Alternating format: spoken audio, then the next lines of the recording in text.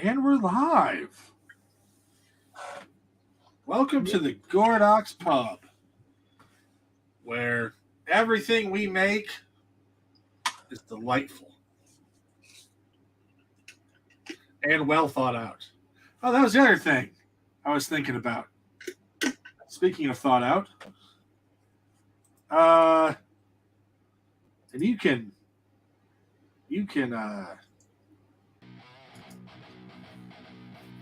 I guess, argue with me about this one, but are we? This goes back to drafting and stuff. Just a second, okay? Okay. So, like a seance thing and that. Oh, you're not coming through. Like the mic is muffled. What? That's better. You just got real muffled. That's weird. Anyway, because it's a double page spread, you cut the border off of one side because you're going to lay it down into one picture. But also this line where the double page spread meets is where the staple line is going to be. So that's where the natural fold is going to be.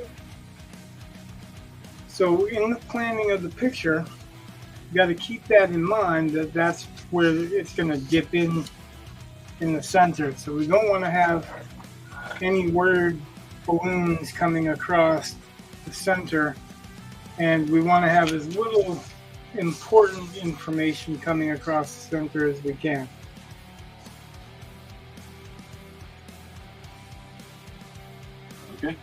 Okay, that's what I wanted to say, because that's what we were saying earlier, and you were like, oh, you got to set that on screen. So now it's been set on screen. Now it has been set on screen. So people have a clue what we're doing. Right.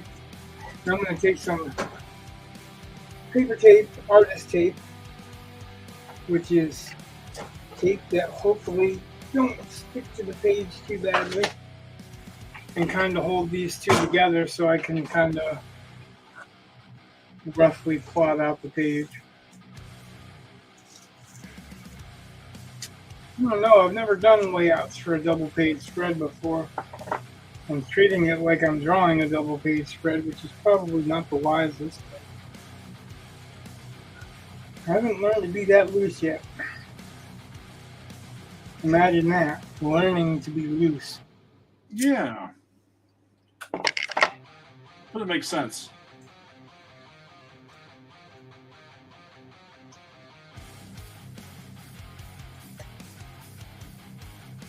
All right.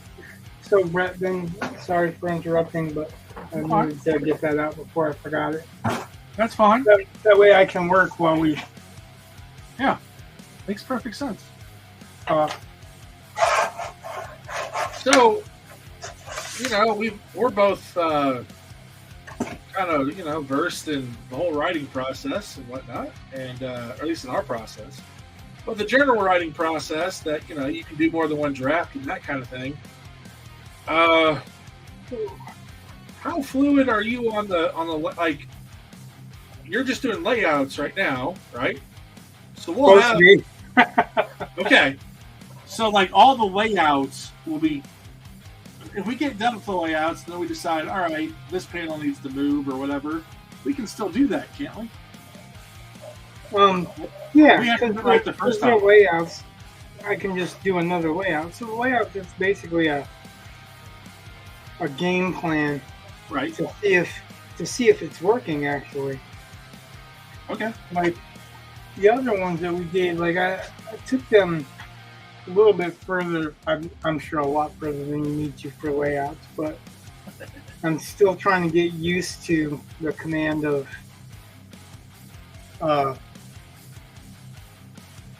composing for panels. Yeah.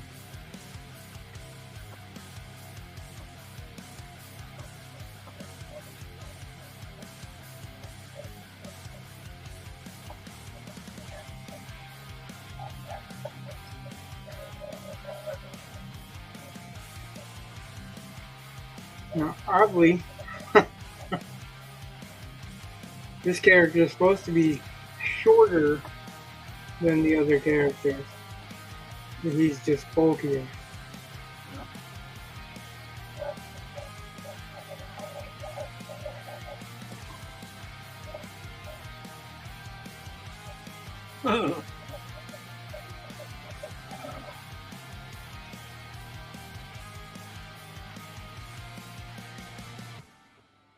But he's also closer.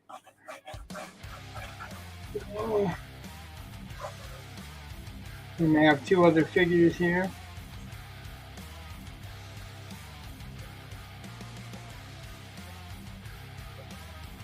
So, you know how our guy Mastiff wears a mask? Yeah. Yeah, I mean, you drew him, so. Have you thought about what? That's why I was chuckling. Okay. Have you thought about what the mask is for? Well, a little bit. Okay. But I've been thinking about it too, but I thought, yeah, that hasn't been discussed yet. We haven't decided exactly why. We roughly did. That's, I mean, just a couple of. Okay, so what did you roughly?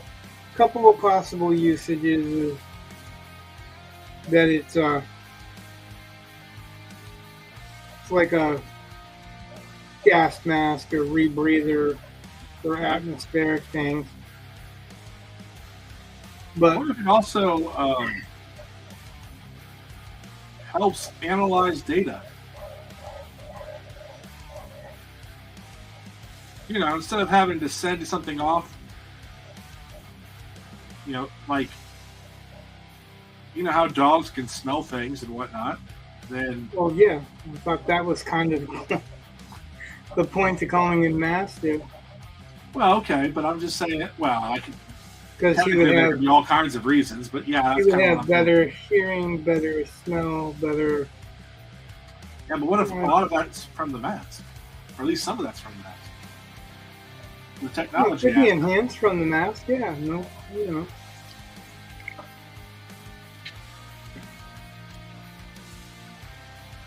Just something I was thinking about. That's all. Okay.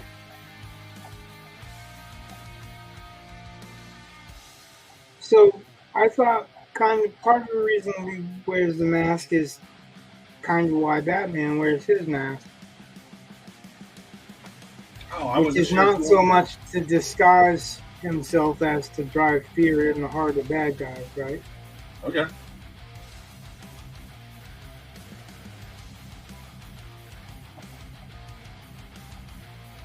But given what kind of character he is,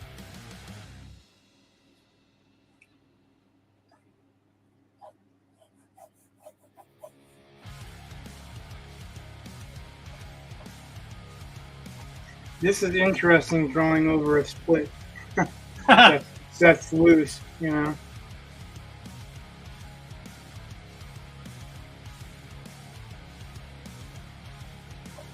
So, I think you said this to me before we started this. You can correct me if I'm wrong. I hope my memory's not that bad. But you want to explain why you can't just use 11 by 17? Because it's way fucking expensive for just doing layouts. Okay. All right. Copy paper is much cheaper if you have to throw it away and restart. Okay.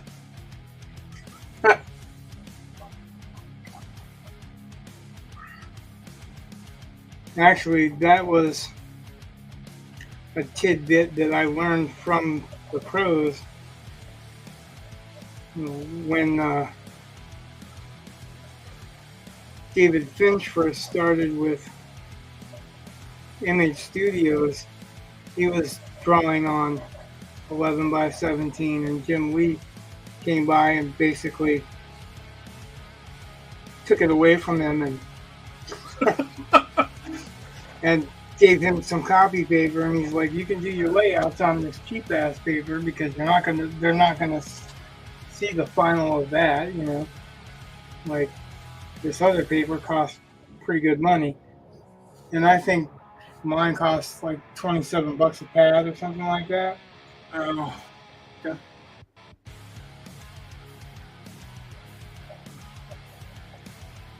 So for me, who, I'm not really making any money off this channel. Right. I was making a little bit in commissions for the paintings and stuff, but that's more seasonal than anything because the people that were commissioning me are commissioning me when they can afford it, I have a question for you. I suppose I could have just looked this up. This is probably one of those things I could just Google, but I'm talking to you, so I'm just going to ask. Sorry if I could just Google it. Ask. But worst that can happen is I can't give you an answer, or Right. So one of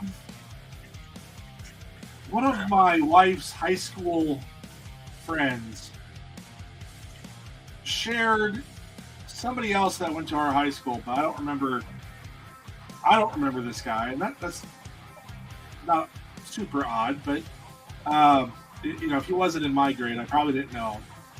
They're very if you weren't in my wife's grade or my grade, I didn't know a lot of in between. Right. Well, would you? Unless you were hanging out with the younger right. classmen or upperclassmen, right? Right. So, anyway, some guy from my high school wants to stream on YouTube, and he said he needed 50 followers so he could stream live. Well, he needs 50 followers to stream from his phone. Oh, that's what it might be. Okay, well, that's cool. And that's only on YouTube. Right. It's not the same rules as Twitch or Twitch is different. Interesting.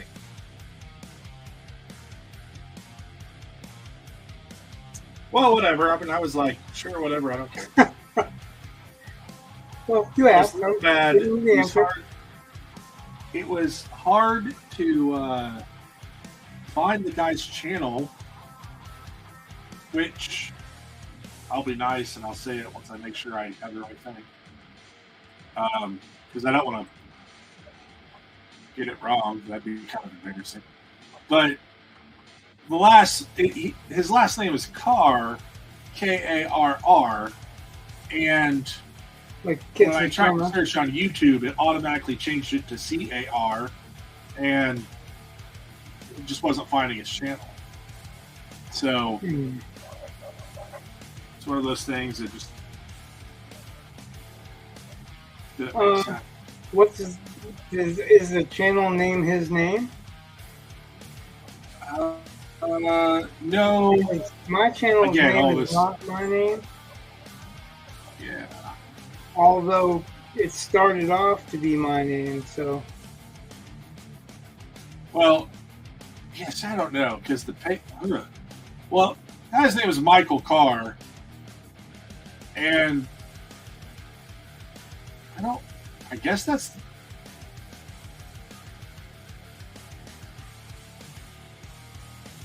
But that's so weird. Is that Havoc released? That's whatever. I don't know. I was just grumpy about all the things. I was like, why are you making it hard for me to find? But whatever. Some people have had a hard time finding our channels, so who knows? I don't want to. That's definitely something that I want to make sure people can figure out the name of the channel. Yeah, it's going to be really hard to find that channel if you don't know the name of it. Well, see this, yeah. So I'm looking at the post that my wife's high school friend posted, and it has a screenshot, and it says Michael Carr at Mr. Classic Car. And so that's what I looked up. So, and there's so much. Oh, well. You're doing a better job at marketing yourself. Let's just put it that way. Well, I am in Discord and I post on the Facebook in the Facebook channels that they allow me to. Hey, I have a question for you.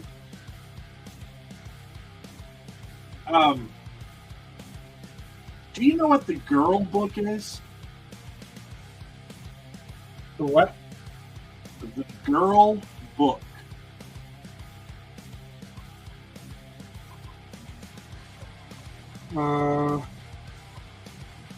I think so. It's kind of like the Dangerous Book for Boys, except for it's the girls version.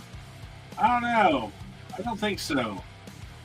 Because my wife's guy that she goes to for her tattoos posted, do any of my tattooer friends have this book? And somebody said they did and said, does $100 sound fair? And I think that was the agreed upon price for this book. And so I didn't know what tattoo thing this. I'm assuming it has something to do with tattoos. I have no idea. Never heard of it. Huh. The only thing, like I said, the only thing that I could think of that I had heard of was it's like the Dangerous Book for Boys, but right. I can't remember what it's called for girls. Something for girls too. Well, there, I'll just post and ask them, what is this? And if he ignores me or whatever, I don't care. What you've tried, right? Yeah. Did you look it up? No. I suppose I could. It might help, if, well, that's not good because it's not. I think you're thinking of the Daring Book for Girls. That's not. Yeah. This. And I don't even see it on here. That was the first thing that came to mind.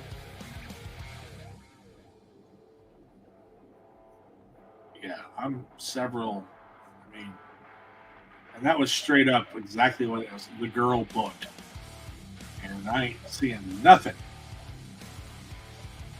So. Is it like a porn thing?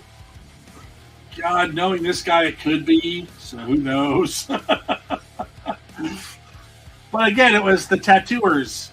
He said tattooer friends. So, he might have responded.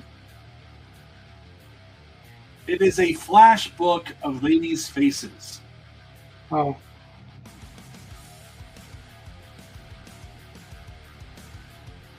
Well, I guess that sounds reasonable. That's something that. Oh, is it like traditional ladies' faces, like pirate chicks and stuff like that? I don't know. I can't see in the book. But I'm just on the cover of it. It's just a line drawing, kind of a brooch and some chains around it. I don't know. Looks pretty traditional.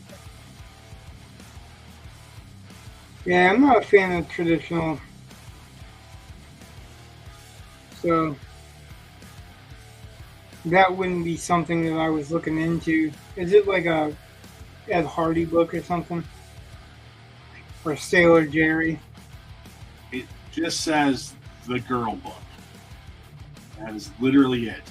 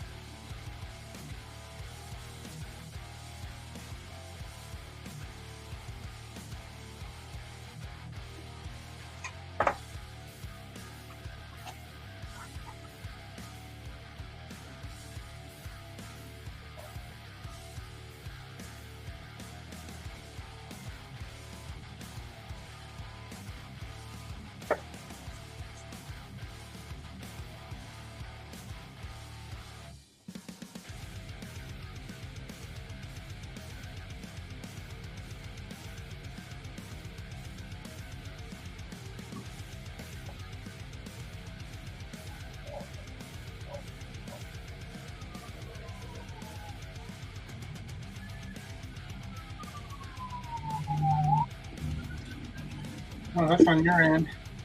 Yeah.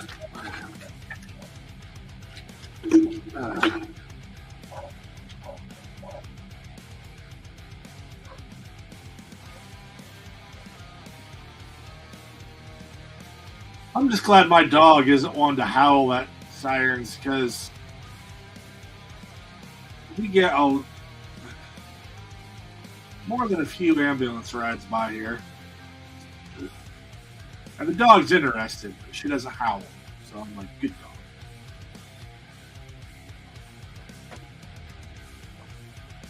How's the step dog?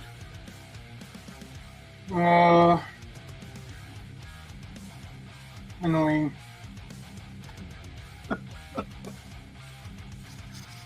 Oh. Well, it's a shelter dog, so it's been abused. So Right. you've got to overlook certain things that you might not overlook if it was your own dog. And he's very needy, and my wife is starting to feel that neediness because he wants to be everywhere she is. Yeah.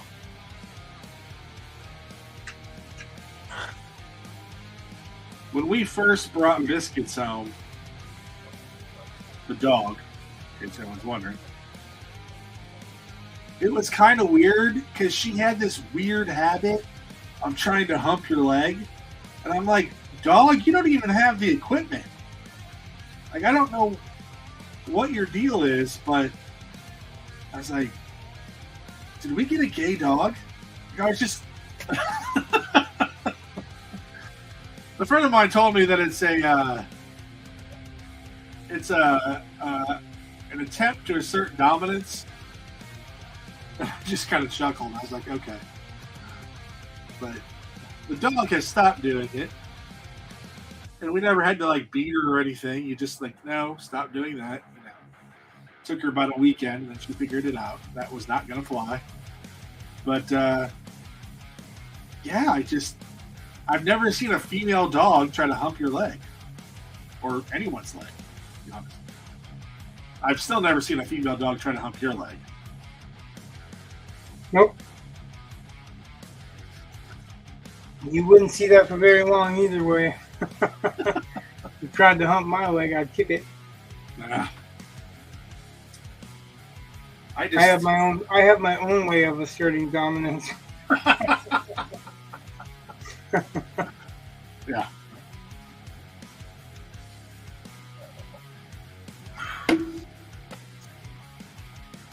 Very, very fun.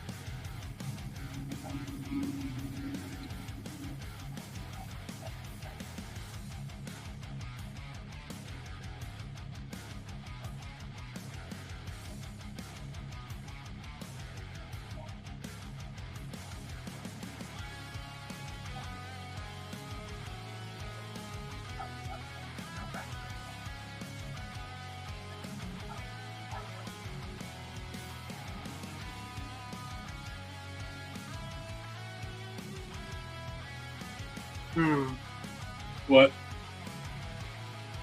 Trying to make a couple of decisions here. Uh-oh.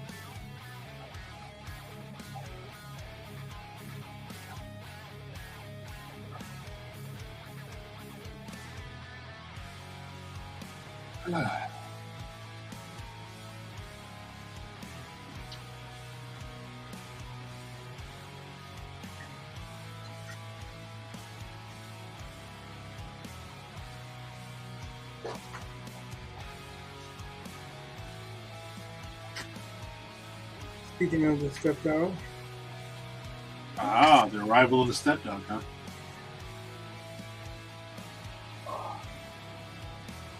Yep.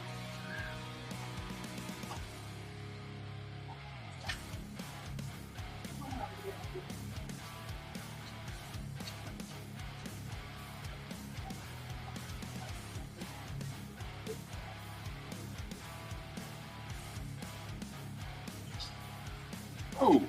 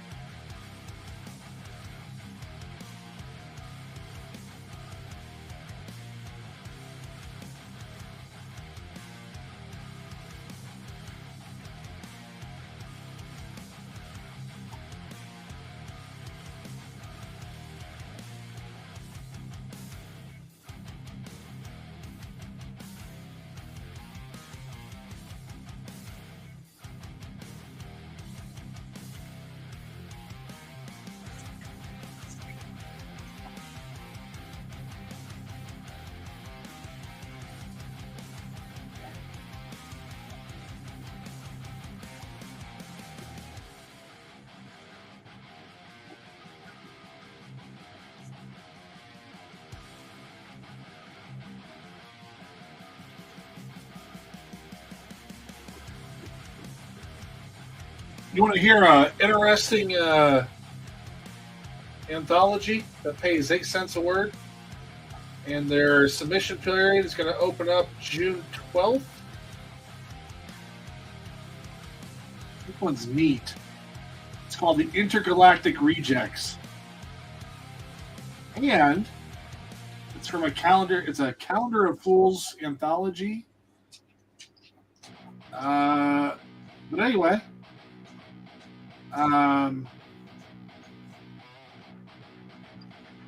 it wants stories that have been rejected, I think. Yeah, Calendar of Fools is seeking your rejected stories. Huh. The Intergalactic Rejects anthology.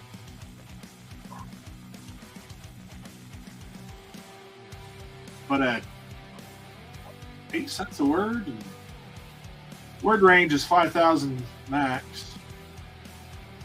So that makes it harder.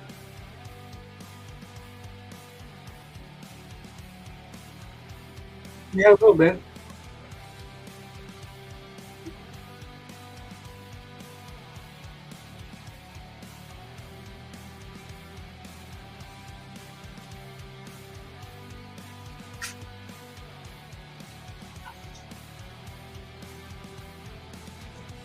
Remember that story you had with the bugs? It was bugs. Yeah. How many words was that? roughly? Oh, I don't know. I'd have to look it up. Actually, Jesse still got that. Oh, okay.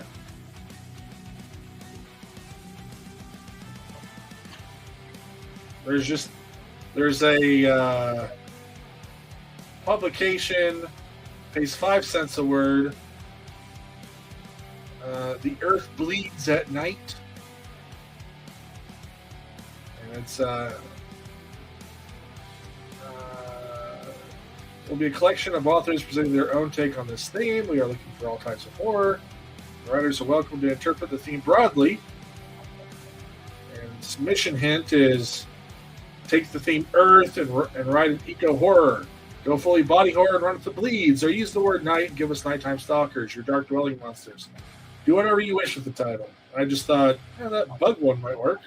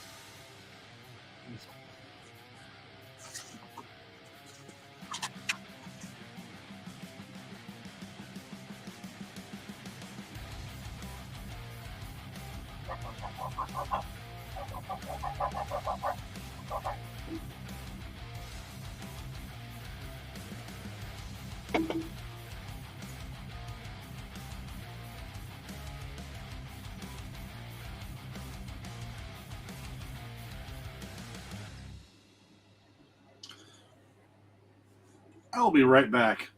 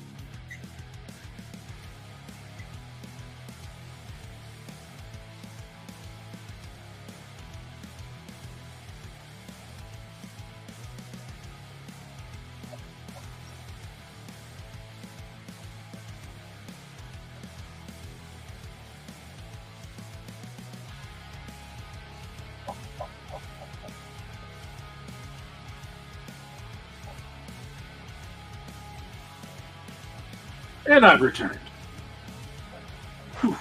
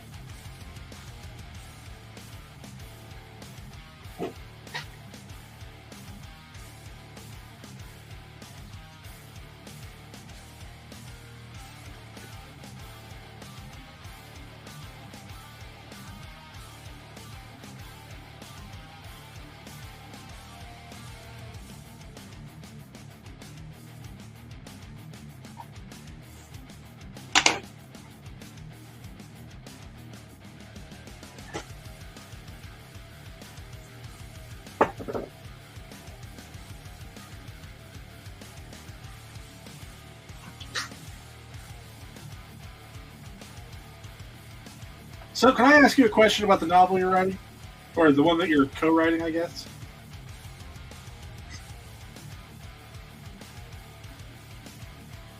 You can ask. I don't know if I can answer. That's fine. Are you allowed to talk about like your initial thoughts when you first read it?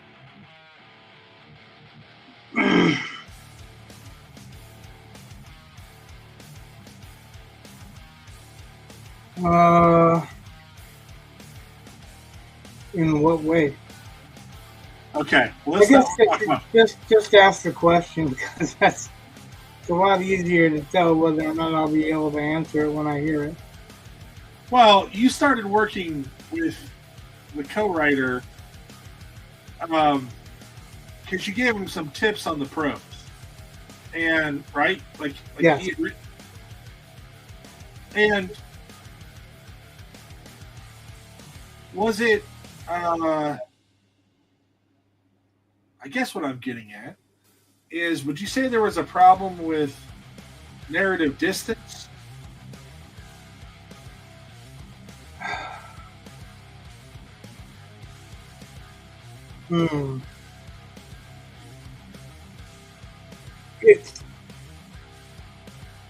It's definitely like a loose, omniscient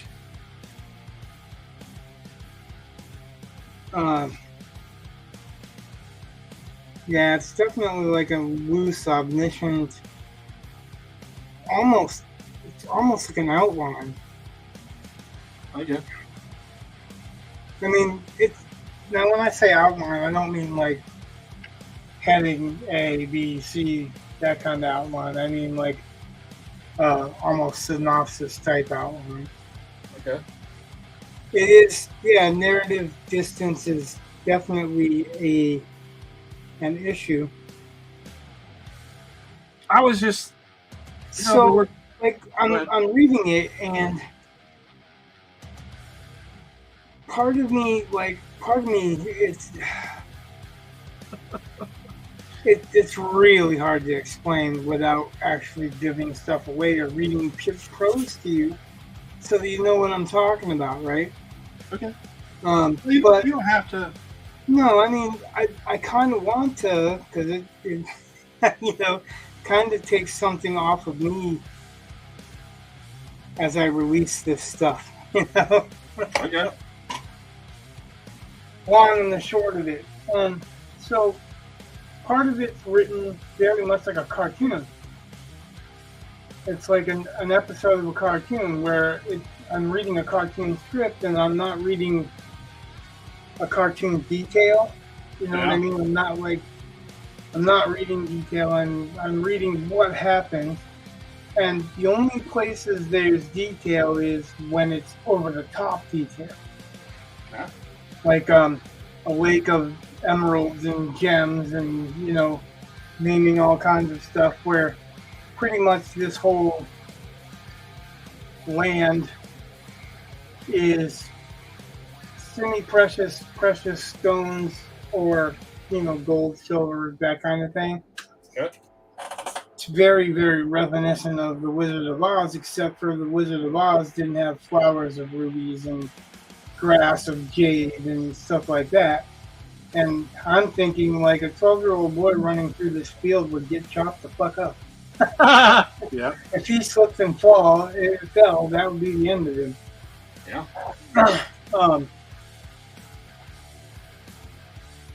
So, but that's the only real heavy description.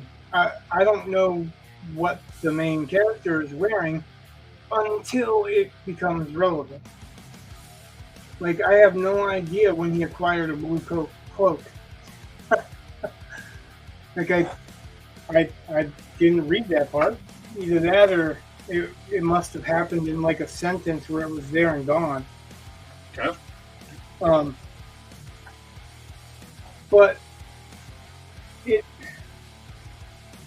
the bad guys are very much cartoon bad guys. Like, they're somewhere in between Tex Hex and Rainbow Bright's villain. Right? I mean, like, it's very hard to describe. but it's also for younger grades. So, well, okay, so it is, but it's not a picture book. It's not like a couple of paragraphs in a big picture. You know what I mean? right. Though some of it is written like that, and then some of it's not. Some of it's written a little bit more.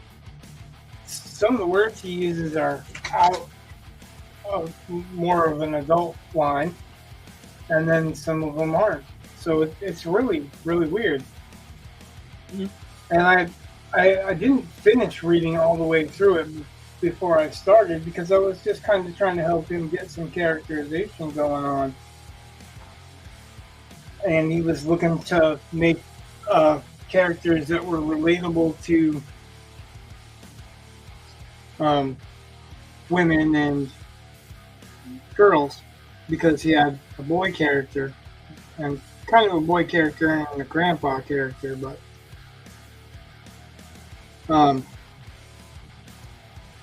so I didn't read it all before I jumped into it because I wasn't really jumping into it to help him rewrite it. Right. And then he ended up like he pretty much made plans for me to rewrite it and was like, hey, you rewrite it and do whatever you want with it. And you can have, half the profits and I'll market it and all this other shit. So I'm like, wasn't sure. I still wasn't sure. I was saying, I wanted to at least get to 18,000 words to know if I'm going to be invested in this. And I found my way to 18,000 words pretty easily, but then I started reading past that beginning and it really became somewhere between Labyrinth and Rainbow Bright. It was really, some of it's really, really silly, and then it becomes, serious for a minute. Like the Elf King has stolen your little brother or something. Yeah. But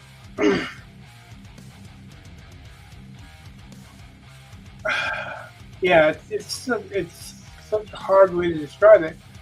Because, if he was writing for mid-grade strictly, then he'd have to knock some of the language back. But it's almost like he's got these episodic adventures going on in it. Yeah. But there's no real closure to any of them. So it's like, watching He-Man or something where it ends, but there's no lesson involved. There's no, and knowing it's half the battle of G.I. Joe or none of that. It's just trying to figure out what the plan is to go to the next place. And I don't usually write for those age groups, as you know. Right. So it's quite a bit of a challenge for me to not just turn it into something that it seems like it really wants to be. And the hardest part about it is I'm not sure whether he wants it to be. I'm not sure whether he wants it to be its full potential as far as how dark it can get. Because it seems like he's against doing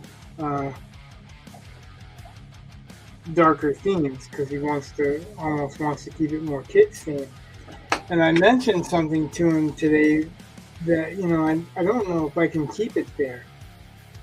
He's like, oh no, I like what you're writing, and you just go ahead and do whatever you want to do, and that really makes it hard because I'm looking at stuff going, I would never do this. I would have never done this in the first place. Yeah.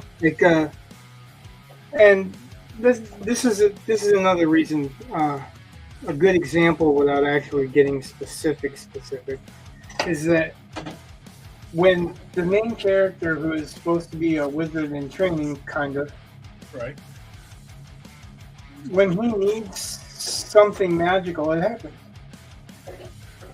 Like there's no work to get it. It's either he has a magic ring that does it, he has a magic sword that does it, he has a magic staff that does it, and he doesn't know how to use any of them. It's instinctively works every time he tries.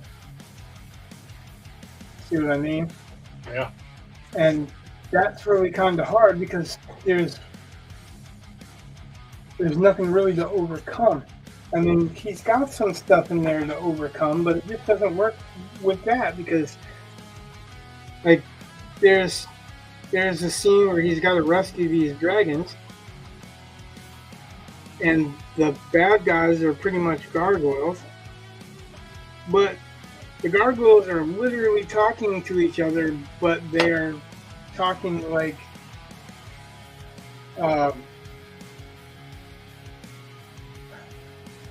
try to find an example of it because it's totally it's written out like they're having a conversation, right? Yeah. But they're not using any words that you would ever possibly understand. And now that I'm trying to look for it, I can't find it. Right?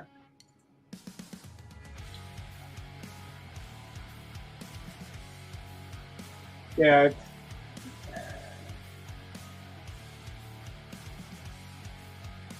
It's like they're saying Buddha Bada Mada Bada, something like that. Yeah. And you can't understand them.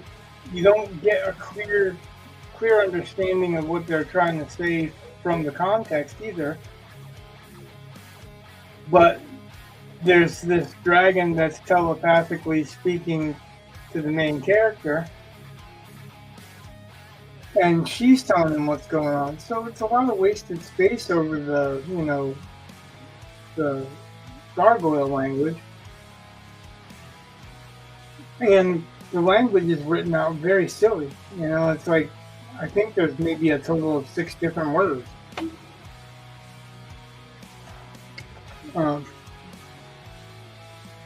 don't know. I don't know where to go from that, So it's like I'm trying to make it work. And what I'm getting for input is do whatever you want. Like, really? Because what I want to do is snap the main gargoyle upside the head until he speaks English.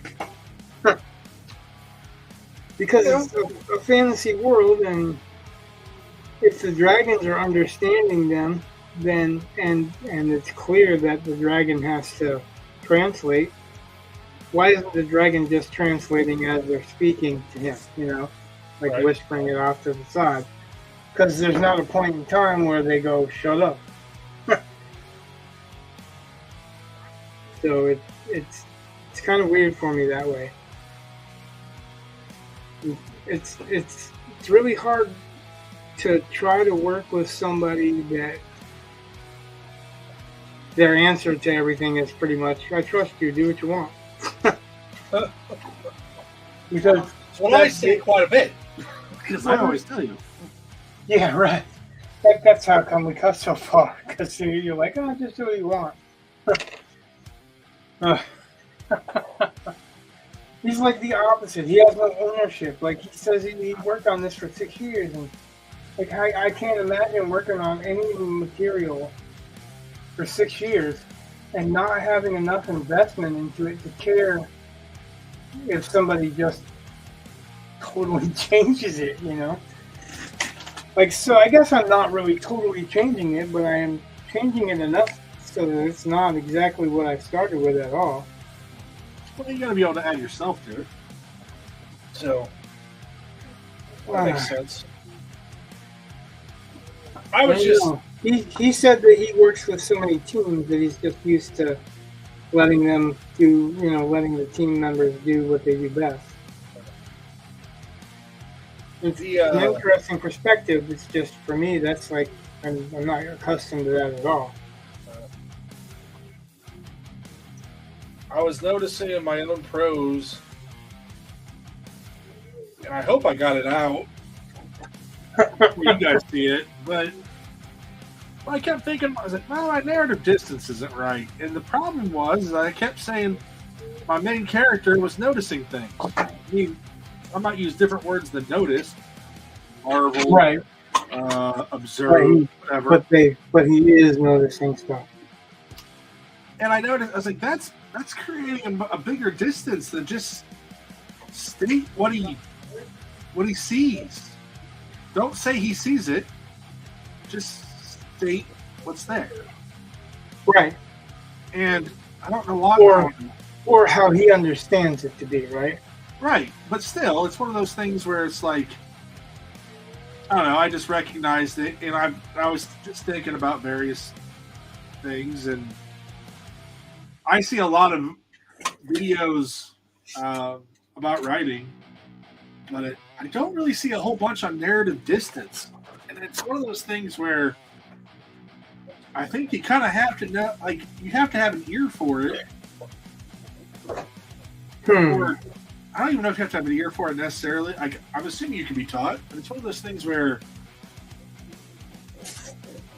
I was never taught about narrative distance. It wasn't until someone mentioned it on Hat Rack, or Hat Track, however you want to put it. I always read it as Hat Track, so whatever. But someone had mentioned it there, and then I was like, oh, okay, but they never really explained what it was. I don't know. Have you read Orson Scott Card's Character and Viewpoint? Yeah. So I can look at it right now. Well, I'm asking because I'm pretty sure that concept came up there. Oh, it's the idea of narrative mode and narrative distance, like the difference between like a cinematic approach and omniscient approach and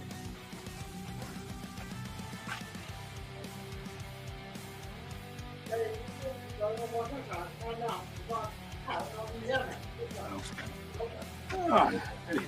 All right, hold on a second. I gotta go take care of an issue with Eli. All right. By the way, for those of you who are watching my ugly mug, this book right here, Characters and Viewpoint, by Orson Scott Card, Elements of Fiction Writing, one of the absolute best books ever on writing. Highly recommend. It's not very long, but it's fantastic. Okay, now I'm back. Okay. Well, I was just talking Orson Scott Card's book because, he needs me to. Well, actually, so here's the shame about that book. You're talking about Characters and Viewpoint? Yeah, that one right there. Huh? That one right there. Yeah. Well, I can't see it. You're little in my screen. Well, fine. So I can't answer that for that. Yeah, Characters and Viewpoint. So what I was going to say about that is that it's been rewritten. Really? Yeah, like Nancy Kress. Because those are Reader's Digest books. Okay. And I think it was Nancy Kress that did Characters and Viewpoints after that because Scott Card got canceled. Yeah. Which is dumb. Yeah, and that really was dumb because he is the crowd that canceled him is the crowd that he normally is. You know what I mean? Yeah. And they canceled him because he took umbrage with the word marriage between same sex. Right. Because marriage is actually a religious word. And you're talking about a guy who makes his living on words. Right. And the importance of words. So that was to my feelings, pretty much unjust of them. But they pretty much canceled him because he wouldn't have had a problem with civil union, but he had a problem with marriage because it attacked his religion, he believed. And he should have a right to his own religious beliefs, just like everybody else.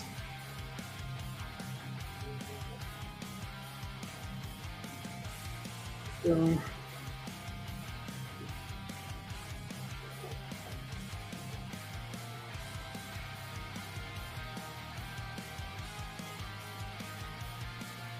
Yeah, I think I think what you might be okay. I think it talks about levels of penetration. right, And yeah, so that would be your narrative distance. right.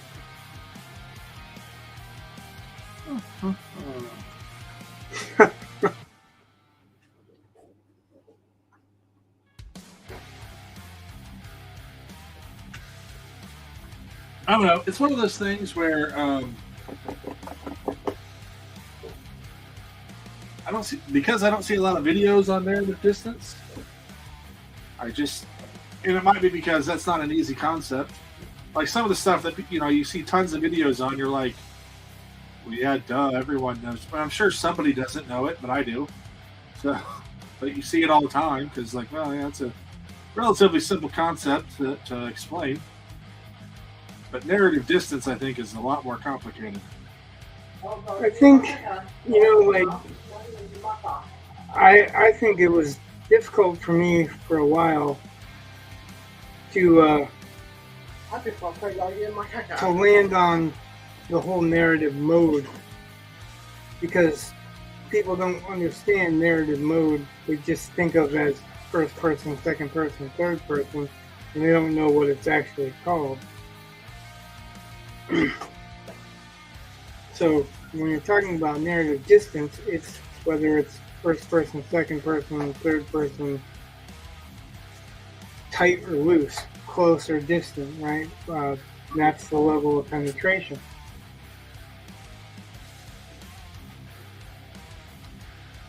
And I'm not talking to you so much as anyone that didn't know what I'm talking about. Oh, I know.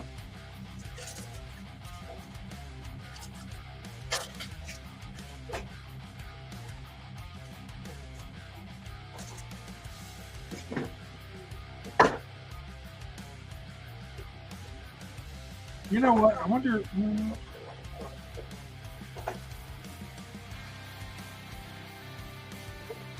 I would say if there's one thing that this book might lack, would be, and I might have. It's been a while since I've gone through it, so maybe I should reread it. But I don't think it talks much about subtext. About what? Subtext. Well, no.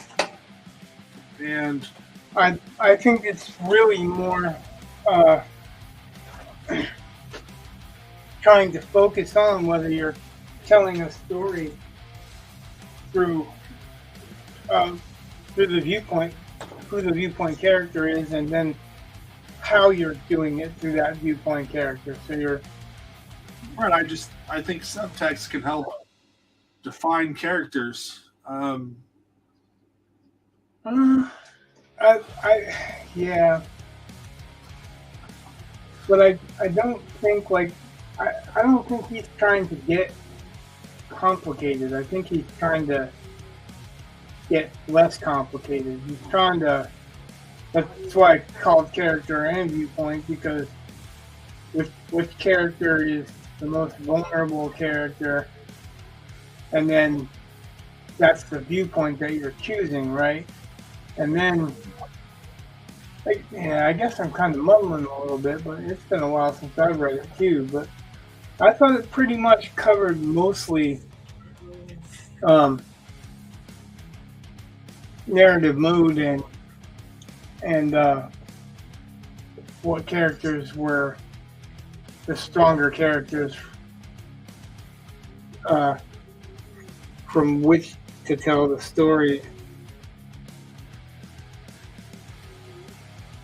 Okay.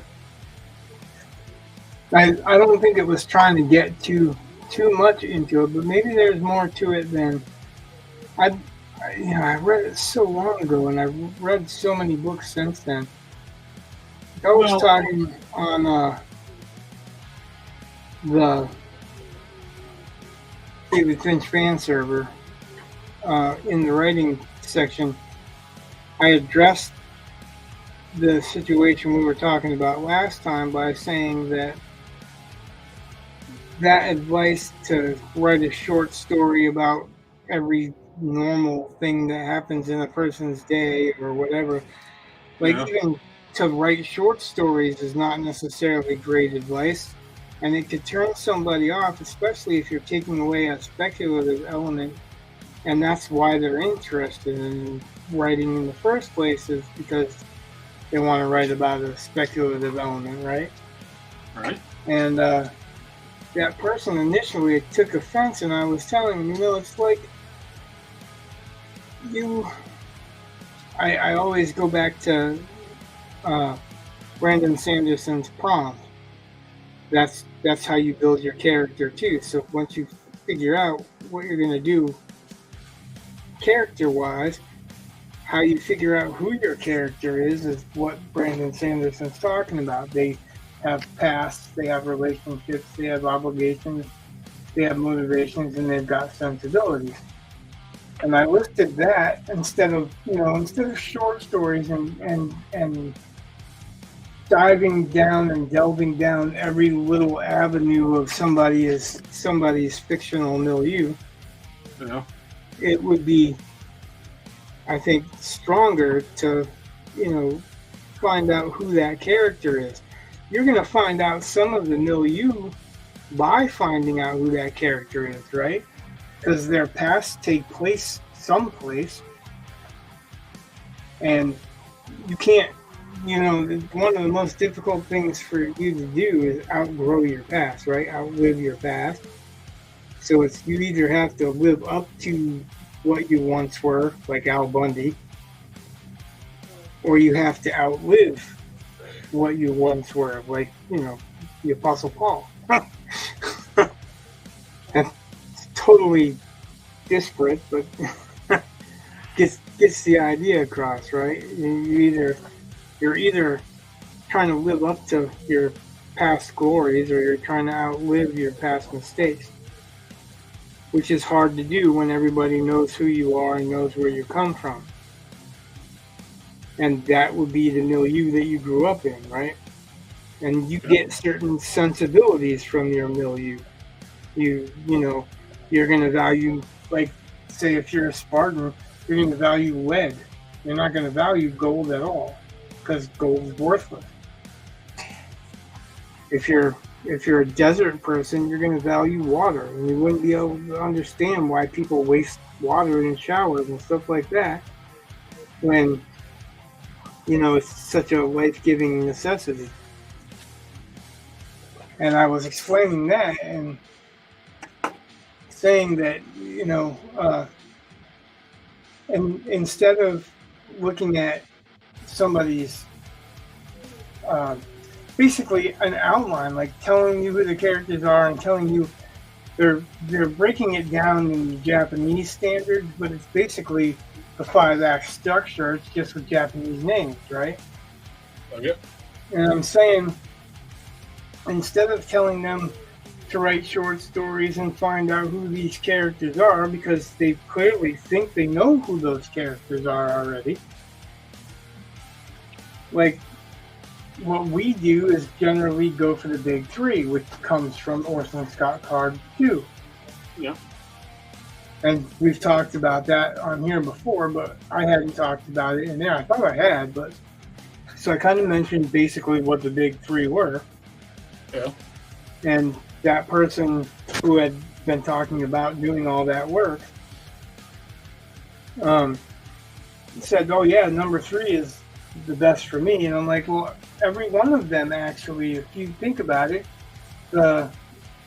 the confusing part is not enough information. Yeah. The boring part is too much information, or an info dump, right? Could be. It basically is. It's boring because you don't want to read about it, right? There's some particular reason you don't want to read about it, but I would say it's too much information if you don't want to read about it. Yeah. Um,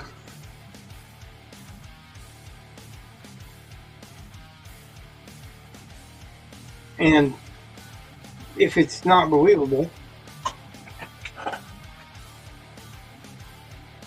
then it doesn't seem like it's information that goes along naturally with the characters or world.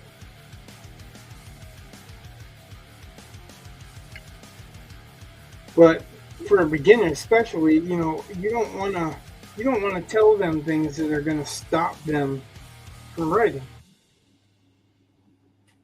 You want to inspire them to write. You want to inspire them to get better, to explore. Or at least I do, and that's why I'm a mod, because I want to help people get better, right? Yeah. I just think it was totally relevant because both of those, I learned about character and viewpoint once I got to Hat Track. And it was like, for my early writing, I think the single most important thing I read. I think that helped me more than anything else to understand what I should be doing. Because it helped me figure out how to tell something from a point of view. I didn't yet have the realization about the lens that you get with the proms, like your observations and your similes or whatever being pretty much character driven.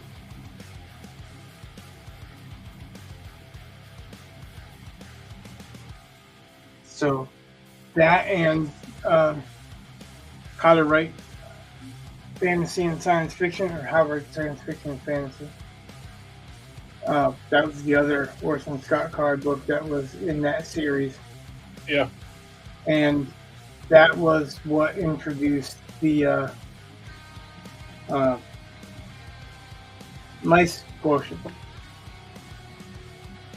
And I found that just as important too, because if you go by the mice quotient and you know where the story's natural beginning is and where the story's natural ending is, Yeah. and then know who's the main character and who you're going to be following through this story, it takes a lot of the hard work out of it, a lot of the trial and error struggle out of it. For me, it did anyway.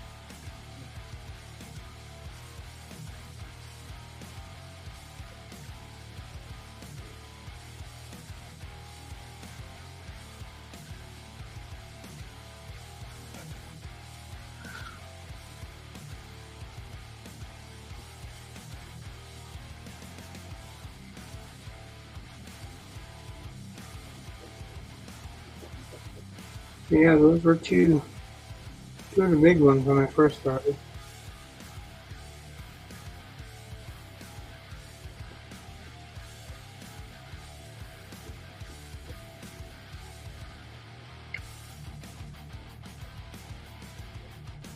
It's actually how I got started with David Farland too, was through Hat Track because um, Kathleen told us about the Daily Kicks when they first started them.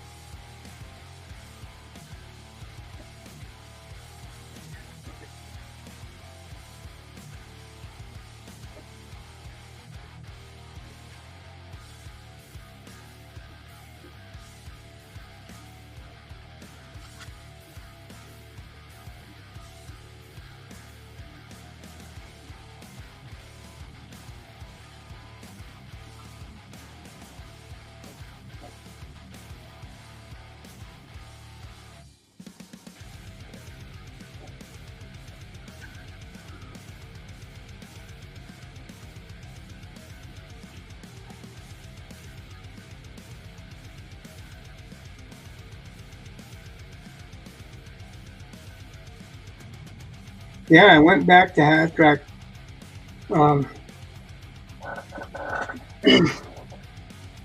because I was mentioning that in that channel. Yeah. And I was listing off all the graduates of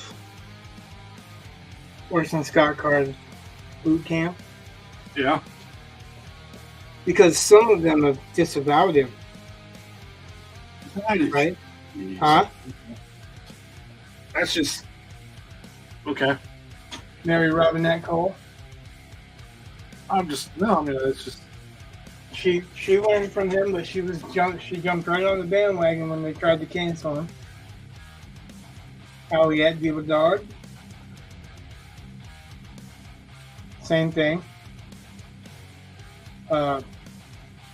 Jamie Ford learned to write from him, and Jamie Ford sold his first novel for $1 million at auction. It was non-speculative, though. It was basically historical fiction or dual timeline. I read Jamie's books pretty much anyway when they come out, but I know him through Hat Track, right? Okay. Brian McClellan, who I recommend his books all the time. Eric James Stone, he does a lot of short fiction.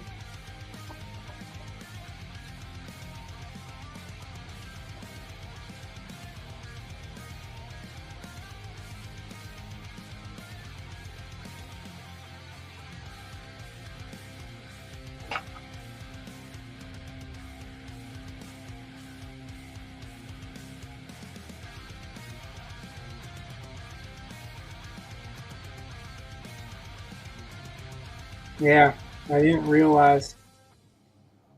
I mean, I knew that there was quite a bit of people that came from those boot camps, but some of them are like Mary Robinette Cole is president of SIPLA right now, or last I knew. She's on like writing excuses or something like that with Brandon Sanderson.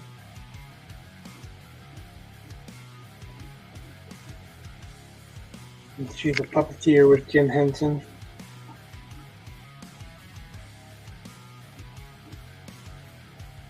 Well, Jim Henson's company anyway.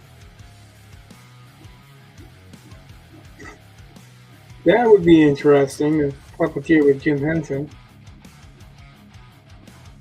Yeah. Well, because he's dead, so, you know. Yeah, I know. The puppeteer would be doing all the work.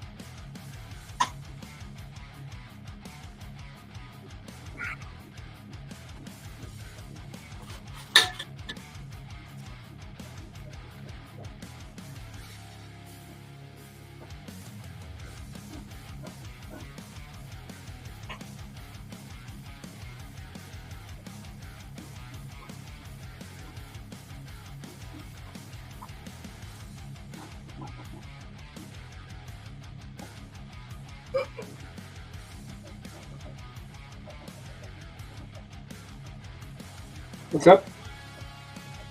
Oh, my wife is messaging me. I don't know.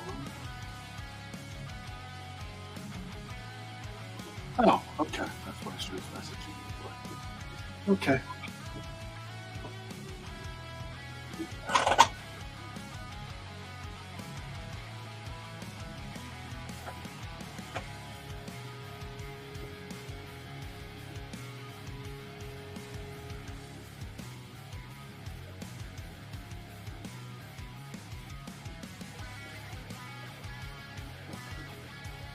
So can you guess which one's the blood deal? I'm gonna hope the one on the left. Yeah, I kind of like the idea of them having conical hats, Okay. like Boris Karloff in The Mummy? Yeah.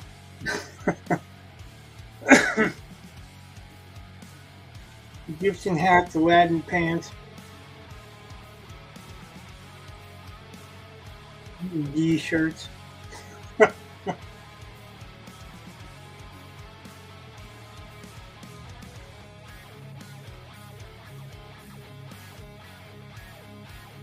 It's funny, like I'm picturing the blood guild as pretty bloodless looking. Uh,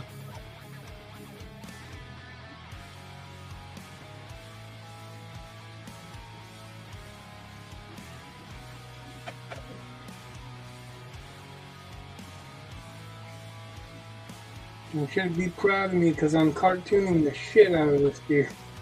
I'm so proud of you.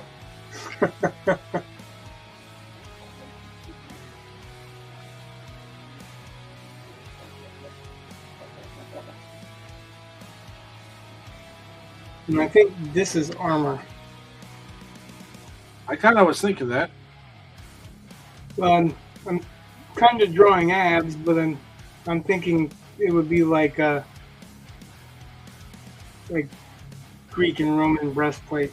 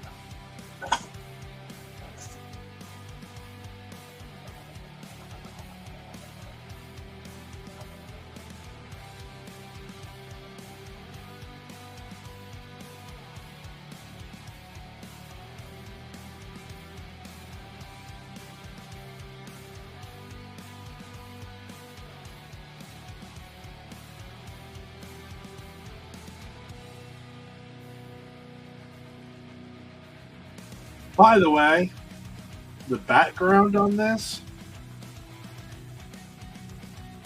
doesn't have to be the same area as the end of the last page. It can be, but it doesn't have to be.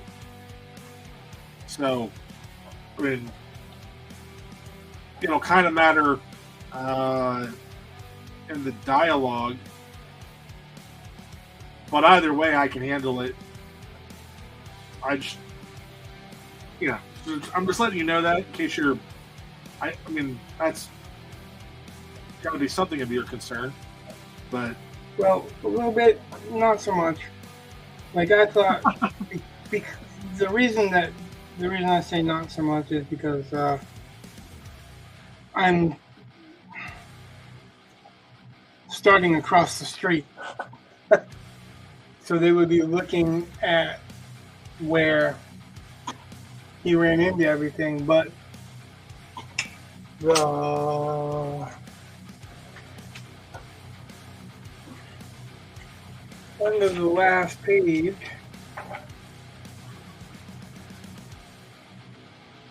it doesn't have any setup really, just a little bit here. yeah. But yeah, I didn't put anything in here yet, but most of it's what the delusions he's having, right? Okay. So that's filling most of the space.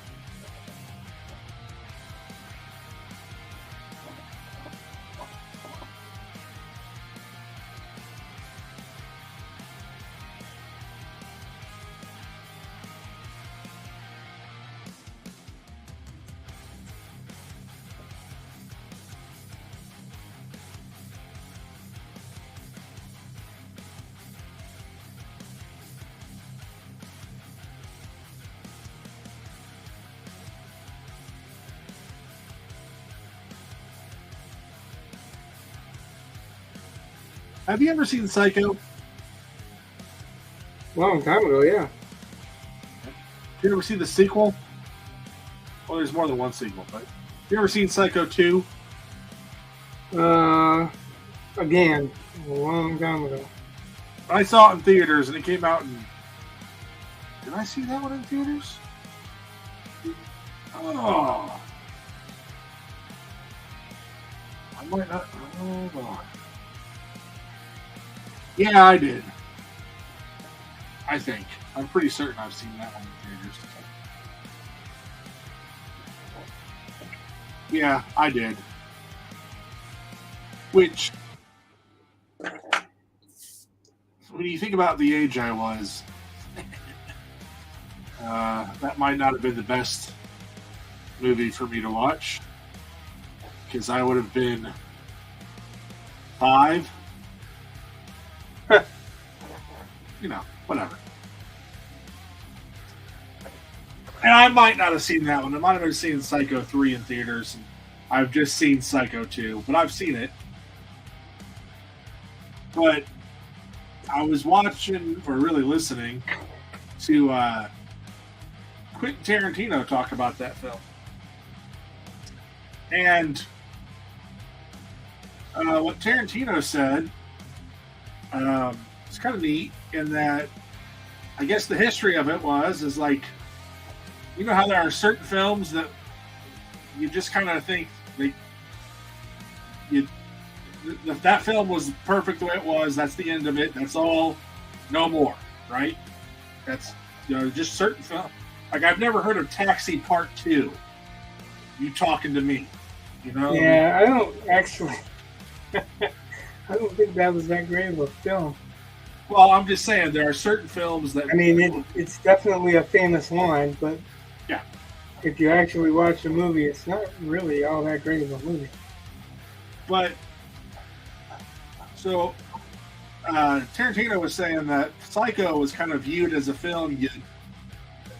It's a one and done. You don't mess with it, and so the director had this hurdle to get over where he's messing with the classic, and people were not sure he should and all that stuff. And they really make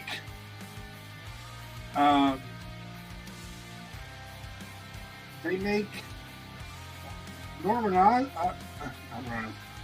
Bates to be he's kind of the hero of that film, and you're rooting for him, and so yeah, you've taken this villain, and I don't know, I kind of like the fact they subverted the expectation, but in a way that made perfect sense, because at the end of the first film, he's basically on his way to the sanitarium.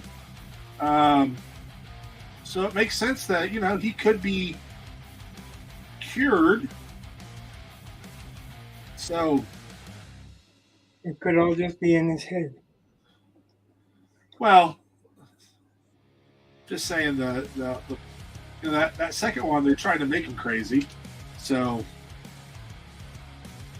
but whatever. I don't know. It's just one of those things I just was like, oh, it's kind of a fun way to, to go, I guess, to bring life into something. Not subverting expectations. Normally, like, you hear the term subverting expectations anymore, and you're like, oh, God, it's going to be terrible. Because a lot of people think subverting expectations is just pissing over your fan base. But I think that Psycho 2 was probably respectful of the fan base and respectful of the first film, and that's why it kind of worked. I don't know. I mean, it's just one of those things where it's kind of rare to, I think, anymore at least, that subverting expectations thing tends to be a warning sign anymore, whereas if you can find a good example, I think they are interesting ways of looking at things.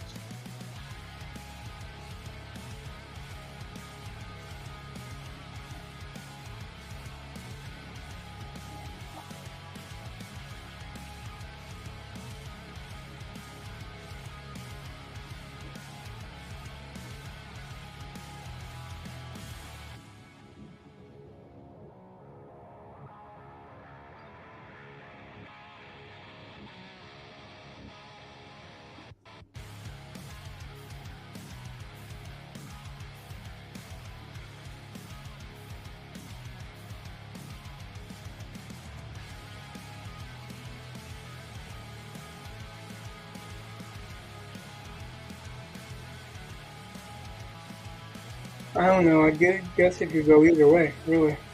Yeah. Because you also take a chance on alienating the fan base. I think it's what you're saying, but I guess what I'm saying is that they may not like it at all just because they're expecting something. Yeah. Not just they've got certain expectations for a character, but they've got certain expectations for a film with that name, such as Halloween, when they did Season of the Witch. Season of the Witch was a pretty good movie, but it wasn't, It wasn't Halloween. Right, it wasn't what you were expecting when you went to see a Halloween movie. You were expecting Michael Myers. And you can't complain that they failed that way because that's what they were expecting. That's the music that they related to Michael Myers. That's the the titles that they related to Michael Myers. So it's pretty difficult to, step out of that once you've branded it, I guess, right? It's basically a brand. And once you've already committed and people know that that's Michael Myers, when they hear that, that's what they expect. And they're not going to be happy to get something other than what they're expecting. I would say that's what I'm talking about the other kind of subversion, where like I mean, trying to specify that it's not like what Star Wars did. Star Wars intentionally twisted it to make it piss people off. Where I don't think that Halloween 3 did.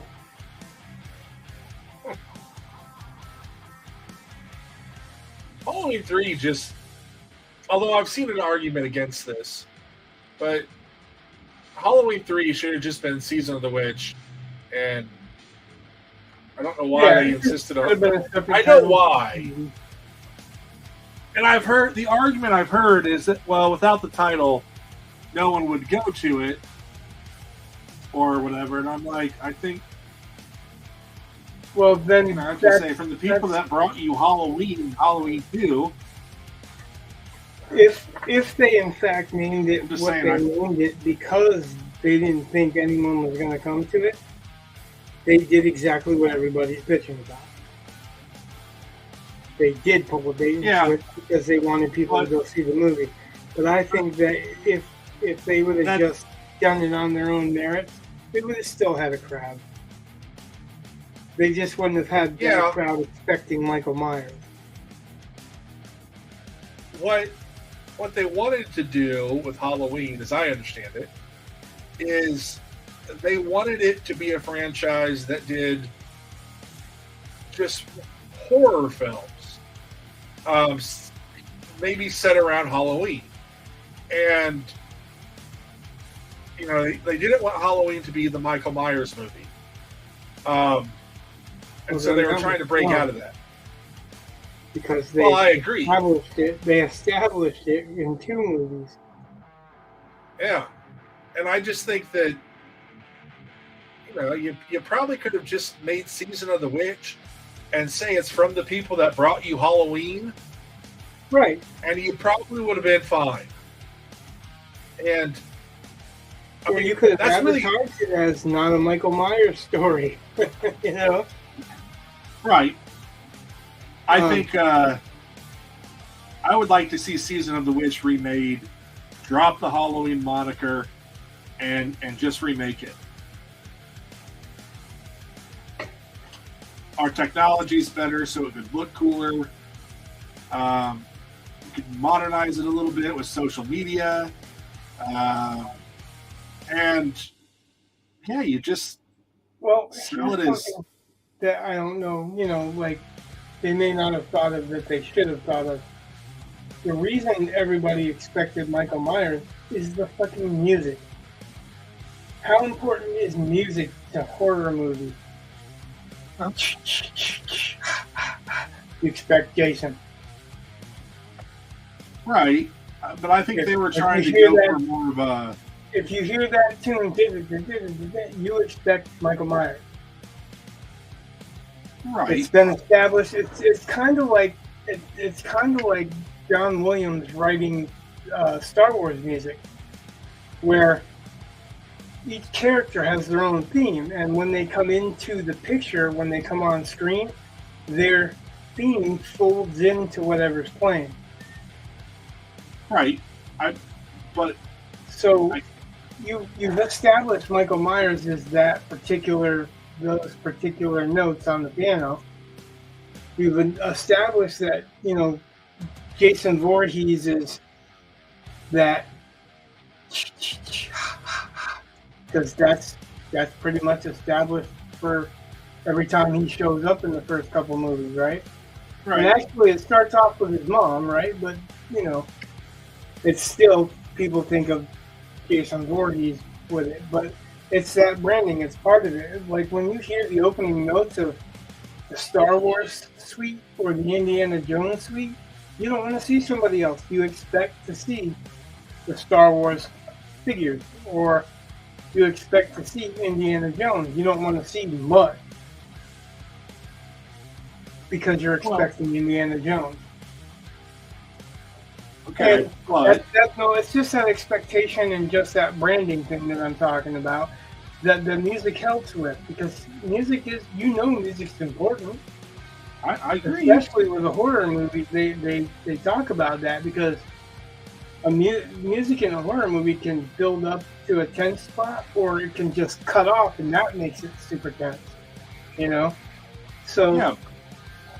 It's so much more important, I think, in a horror movie than it is in other movies. So I'm just saying, like, if they did Season of the Witch is a different movie, and they did a different music tones, soundtrack for maybe the Warlock, right? Okay. Then you wouldn't have the same expectation, because you wouldn't have that Michael Myers expectation from the music. Well, the titles and everything, they really should have changed the titles all up anyway, but the music is such an important thing in those types of movies that it often gets overlooked. And I guess that's kind of what I'm saying, is that I think they overlooked the music in those ads if they expected anybody was going to expect anything else. Because they play Michael Myers music after 2 movies of that music, meaning Michael Myers is going to show up and fuck someone up, then you got to expect that that's what they're expecting. Well, okay. I mean, I don't disagree with what you're saying there, but I would say for Halloween is that, I mean, when you're talking about music in general, think about Twilight Zone. It's got a theme song. Everyone knows that's the Twilight Zone song. Right, but Twilight Zone, unlike Michael Myers and Jason Voorhees, has been established as an anthology. It is as established as there's going to be different stories in the Twilight Zone. Well, and again, they were kind of... Same thing with The Outer Limits. Right, but again, they were trying to push it that direction. They've stated they were trying to push it more towards an anthology type thing, where it'd just be a different horror film. Yeah, but they didn't start off with an anthology. I'm saying, like, if they didn't start off with just 2 Michael Myers movies in a row, and they started off with 1 Michael Myers movie and then Season of the Witch, and then something totally different, instead of establishing the first 2 movies, that's all it's about. Nightmare on Elm Street could be about something else, but it's about Freddy. Yeah, well... There's plenty of different possibilities with Nightmares, but it's about Freddy. And, knowing the franchise as it is, but they were kind of on the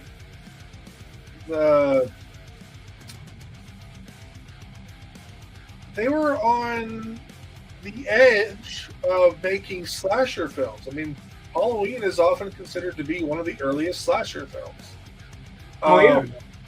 And so having a sequel...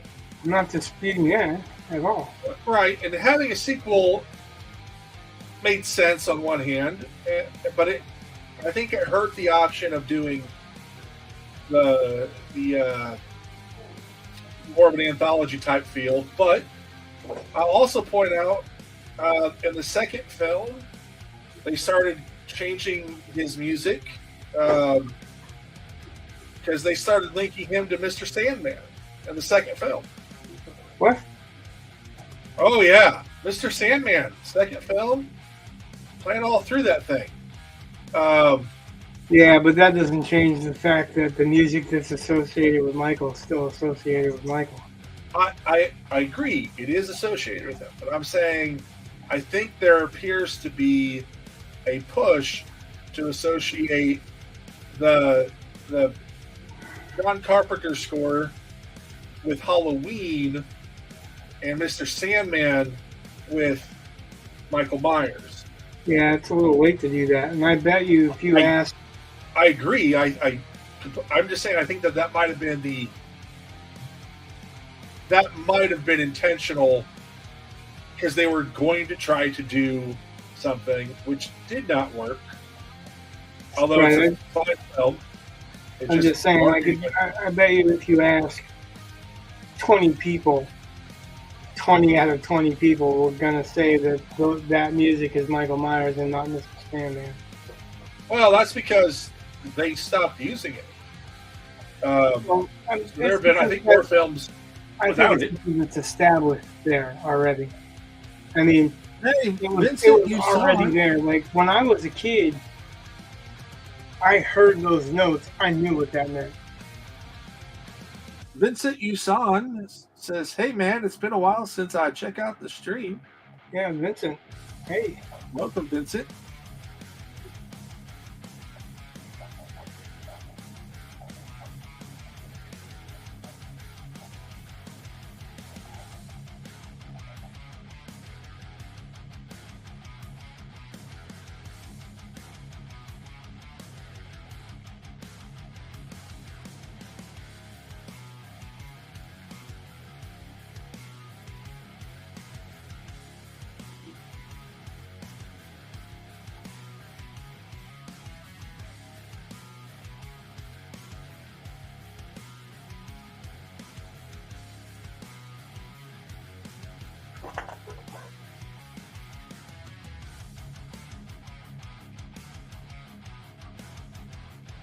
Vincent, we are working on a graphic novel, and Rich is working on layouts. We are following the main character in the middle there. His name is Mastiff, and it's a science fiction murder mystery intrigue story.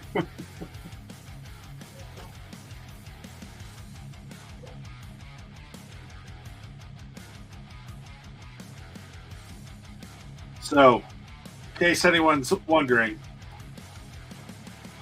this is just the layout. This is not final product.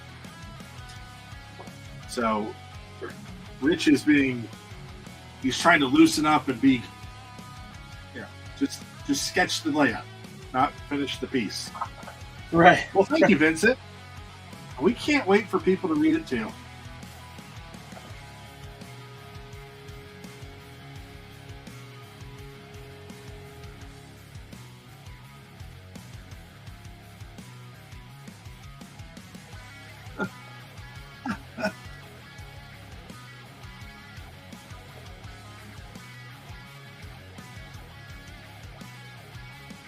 Yeah, you need to write real quick.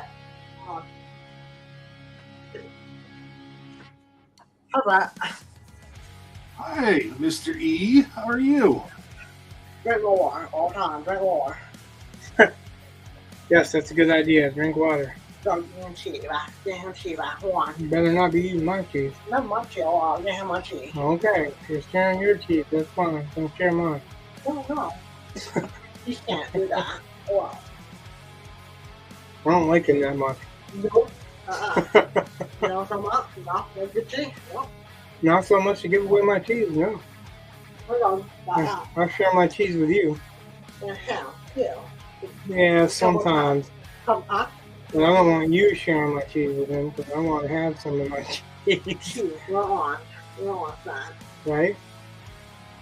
You're okay. No.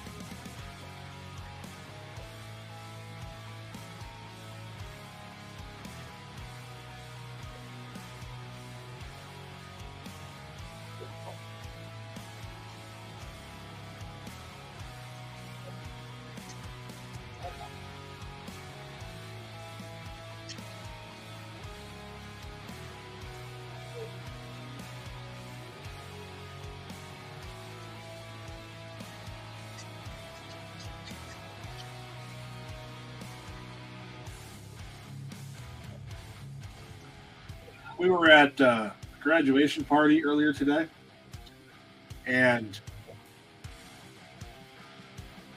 it was from church, and the kids that graduated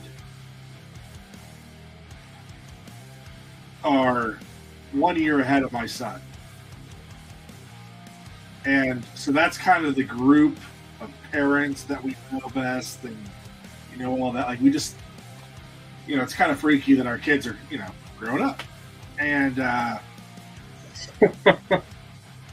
but we're there, and I was talking to, it's kind of funny because I know the girl who was subbing in my classroom for the last month of school. She was there, and I was like, well, I'm sorry I left a mess, but, nothing to do. And, she was fine, but we were talking and how the boys are switching schools, and she's like, you do realize that, she said this to my older boy, she goes, you do realize they're using you for labor, right? He's like, I know, they use me for free labor all the time.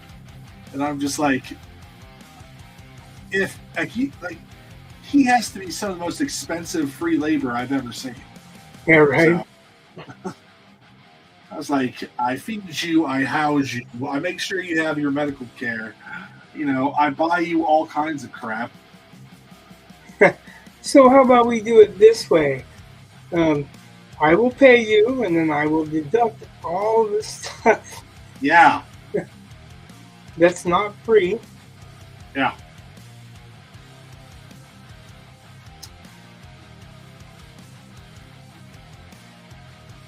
My boys have always been pretty good about it. So I don't want to, although I promised him I would talk about this on stream, and I had forgotten until now, but here it comes. So yesterday, I let the dog in, and I'm singing to the dog because, well, she's my dog, and I love her. And I'm just making up lyrics off the top of my head, and I said something about, bye, Vincent. Sorry, I did not say that, but so I talked about saying to the dog, and then he's like, yep, I'm out of here. Yeah, he's like, oh, dog talk. So I'm singing to the dog, and I say something about how she's almost as intelligent as Wit. And then Wit's like, hey. And I was like, what? You're smarter than the dog, aren't you? And he's like, no.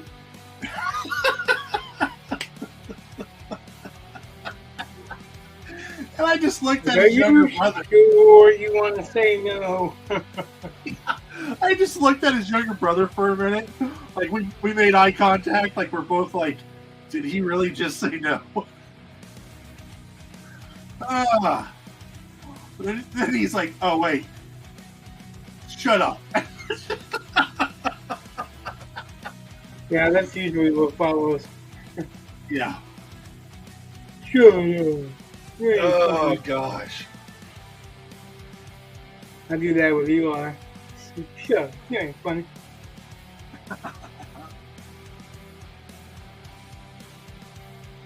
Of course, usually when I'm saying that, he is. Oh,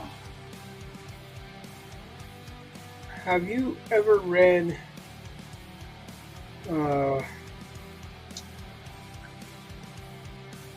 Relic?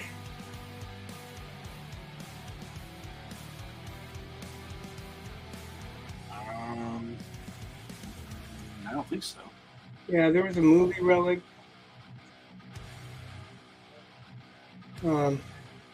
It's Lincoln Douglas- Child and Douglas Preston. yeah. I'm looking it up right now. Kitchen. Have you ever read anything from them? I don't think so. I'm reading my first book from them, and it's in the same series as Relic, but it's a time travel book, and they're like people from nowadays that are in like 1880. Yeah. So I'm like, this is right up your alley, really. And you know, to cap it off, it's kind of a heist thing too, you know. What the hell was I talking about? The gate that I thought. I can just click over and find out real quick. Maybe. Oh, have you read The Lies of Locke Lamora? No. Because that's all about a heist book. It's a fantasy version of Vienna, which is it's kind of relevant because that's what we were talking about. Mark had posted something that showed towers and stuff like that. Yeah. In the Gordox Club. I am. Yeah, I'm gonna have to. Wow, I know what I'm reading next. I'm surprised you haven't read that. That's what I was saying. Like, that's right up Well, your alley. I just looked it up, right? And the first thing Goodreads pops up. The Lies of Locke Lamora is a love child of Ocean's 11 and The Godfather. Sold. Yeah, I think that's a mischaracterization. I don't see any Godfather in that. I've read Con it. artists calling themselves the Gentlemen Bastards rob the rich of the city of Camor. Yeah. But it's not set up like The Godfather. It's more set up like, well, yeah, I don't want to give it away. But Okay. yeah, like I think it's more like Ocean's 11 meets Oliver Twist, maybe. Okay. Because I'm still sold. Yeah. Well, I know because it's a heist book, and it's a heist book. It's a fantasy book. It's set in a pseudo 16th century. So you know, I think pretty much all elements that you like. Yeah. Which is why I asked you if you read it.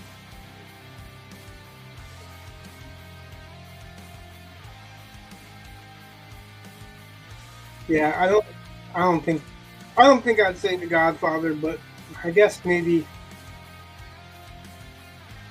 I've got a couple of reasons for that. One of them is that I'm a fan of The Godfather, the book, as well as the movie. But They're the different.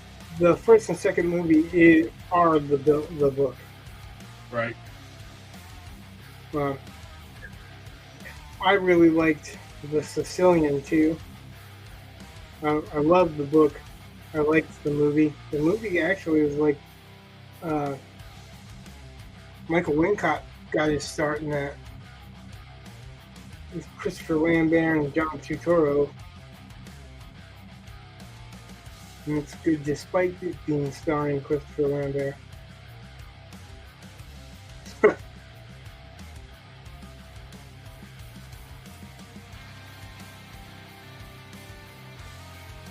But it's based on Salvatore Giuliani.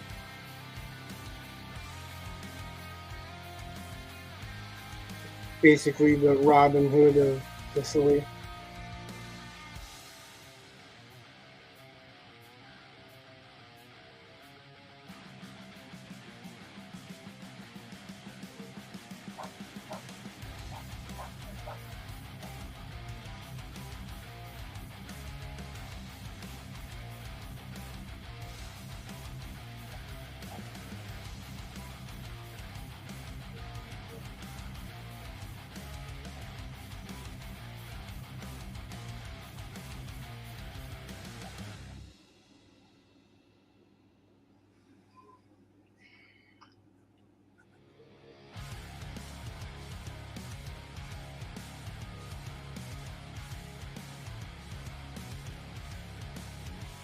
Yeah, I was surprised he didn't read Lives of Locke Lamora.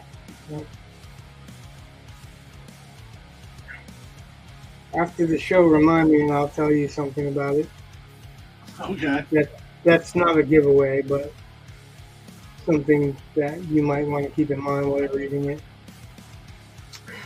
I am still pretty much of the opinion that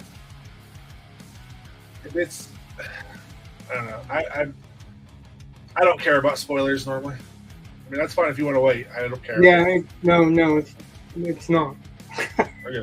But I'm just saying, I don't. It's something that I wouldn't want to just put out there in the public right now.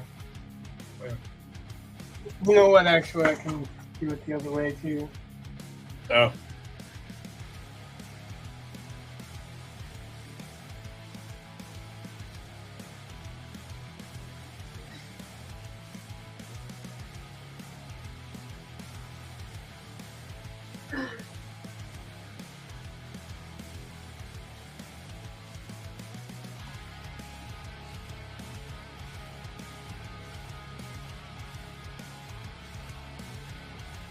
Did a little dance for the one person watching, according to our thing. What's that? I said I did a little dance for whoever the one person is that says that's watching.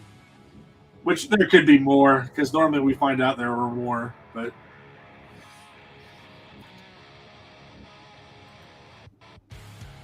Yeah, right. We do find out there were more, but usually they're not. They don't come in groups. They stop in and they disappear. that's true. That's actually happened quite a bit to that. So, like what I wrote in the private chat, that kind of matters for me a little bit with his books, because it's difficult for me to separate. Wow. And you'll see what I'm talking about. Okay. Probably you might not have if I didn't say anything, which kind of sucks. But. Oh, well, we'll see. I'll try to be honest in my assessment, but I guess it's a little bit like I've been shown the answer key, and I really do think you'll like the first book, at the very least, because it's right up your alley. It's it's everything you like in a story, a heist story. I don't know.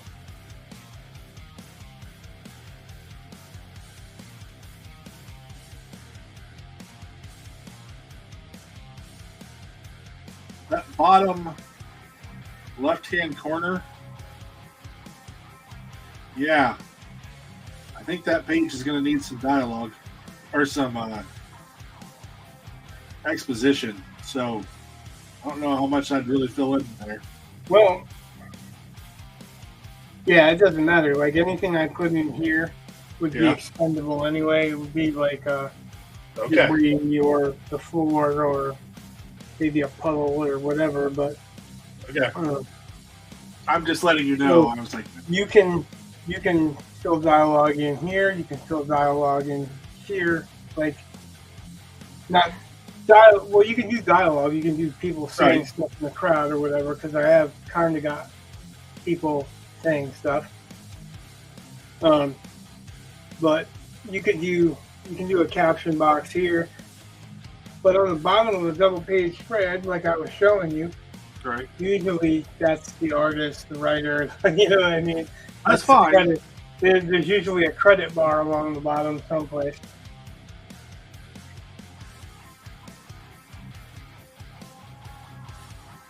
Yeah, I might. But yeah, feel free. Like, I mean, just remember that. And I don't really even like none of this. The only thing that I would like really untouched is pretty much him. Yeah. Like, I don't want the heads cut off, but like if you want to do a dialogue right here, maybe some right through here, that's fine. That's what that area is for. All right. I don't. That's why I'm not putting a lot of planning into that specific area. Okay. Same thing here. Like if you want to do something over his foot and the bottom of his leg or whatever, that's fine.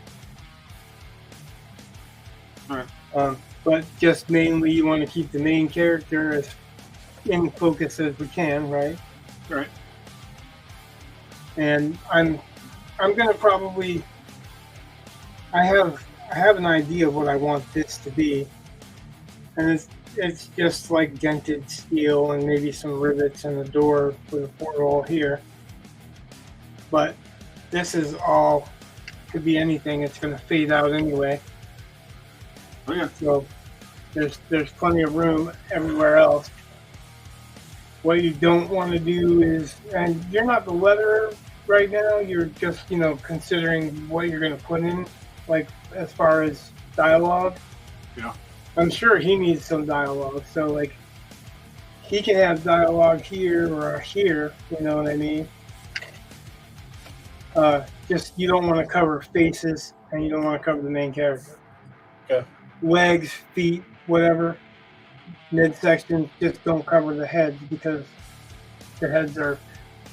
Everybody looks at heads and hands first when they're looking at art and comic books. So that's what we don't want to cover. Like he doesn't have any hands out, but you don't want to cover his head. Okay. But like right through here. Yeah, anything that doesn't cut off heads or hands for the main character. I was just going to put some shapes in here so that you can tell there's a crowd that the cops are holding back, and this is going to be a cop that's holding them back.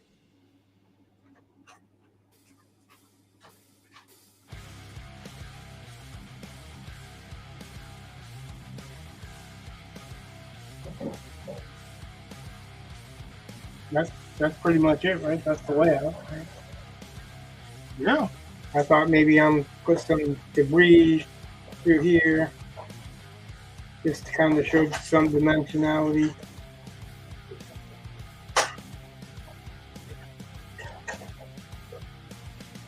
Could put a puddle.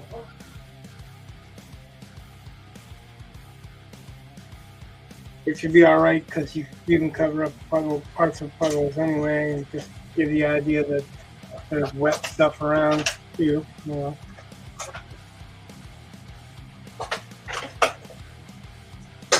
Yeah, that's pretty much. Dope.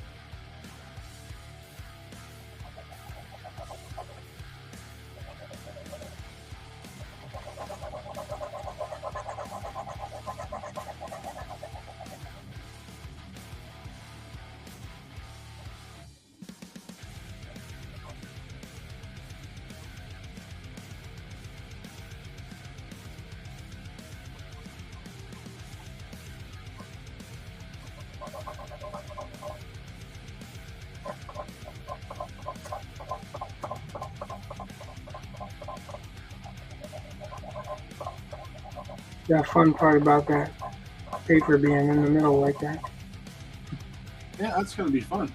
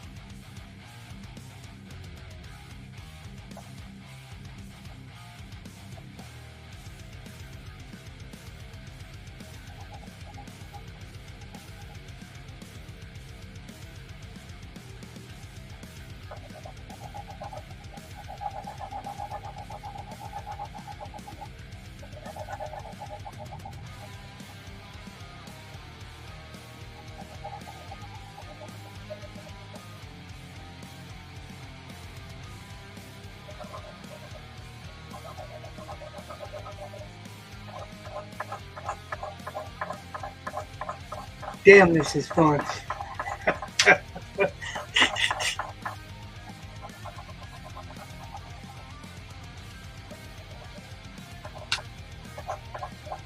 Just in case anybody misunderstands, not fun. In case they don't speak sarcasm. The drawing is fun. Going over that little whip in the page is not so much.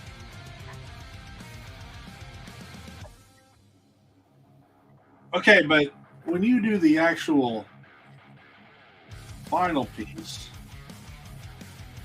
would you use 11 by 17 then? Yeah. So you won't have that lip? So Yeah, it'll be a thicker lip why would it be thicker? because it's not just regular tracing or copy paper. It's Bristol board.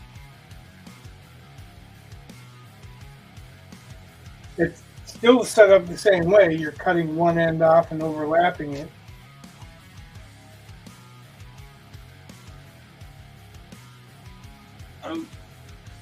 Okay, I guess I will understand that when I see it. Because right now I don't. It's still the same thing. This right here, Okay. that's still going to exist. It's just going to be Bristol board instead of paper. So it's thicker and less flimsy. But you're still going to, if you're going back this way, you're still going to hit. All right. The idea is to, whatever you're doing black, you do black instead of scribbling. Yeah.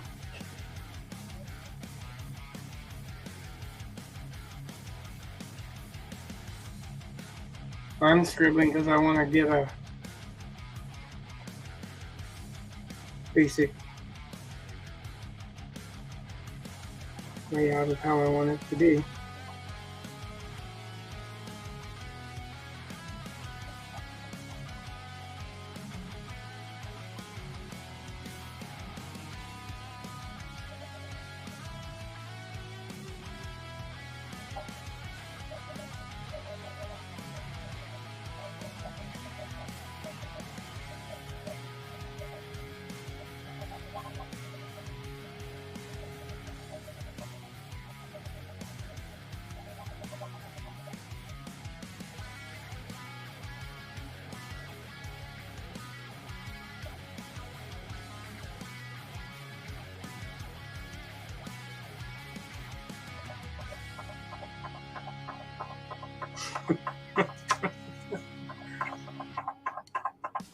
It's not working. I'm trying now.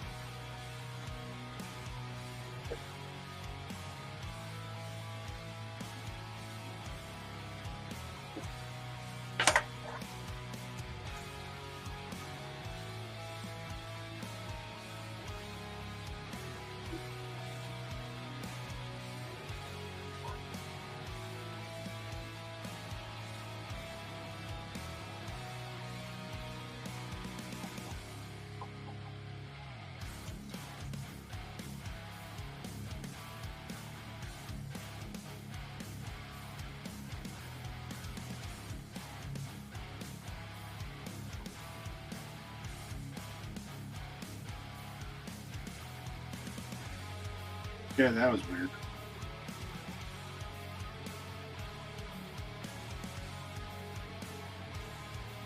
That was weird. Well, you went dark. Like, had the little spinny thing and everything, and I was like, whoa. Now, the background didn't go dark. I didn't go dark. Just your screen went dark.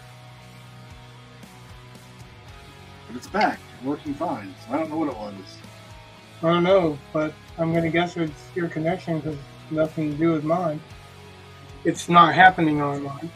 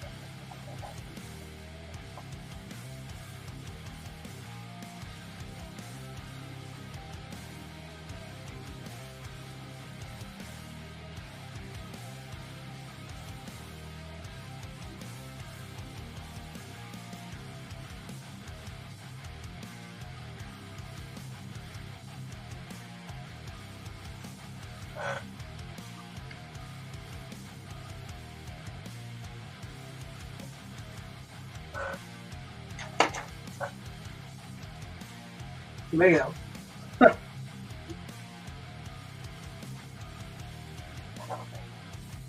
Okay.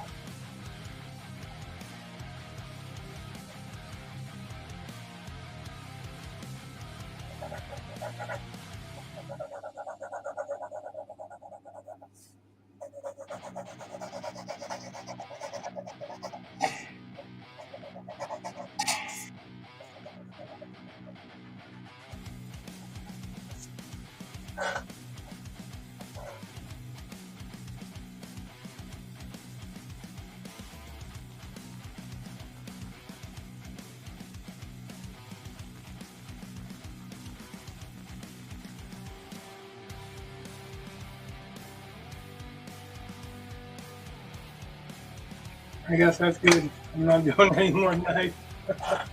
All right.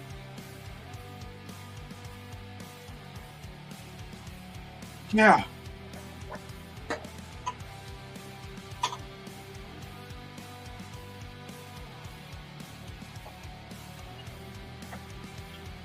Dope.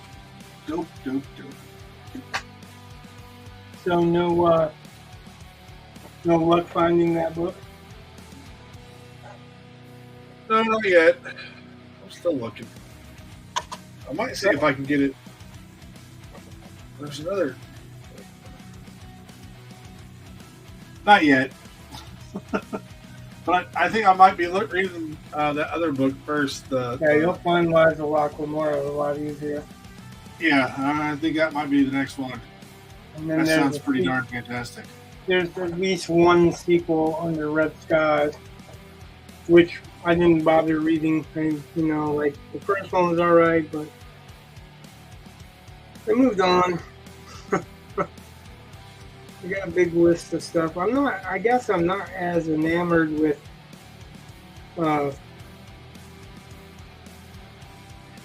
heists as you are. I mean, don't get me wrong, if it's a good heist, I'll enjoy it, but that's not something that I would normally just seek out. Yeah. But like I said, when the subject came up, I was like, oh, I wonder if Brett had read this, because I know that's right up his alley.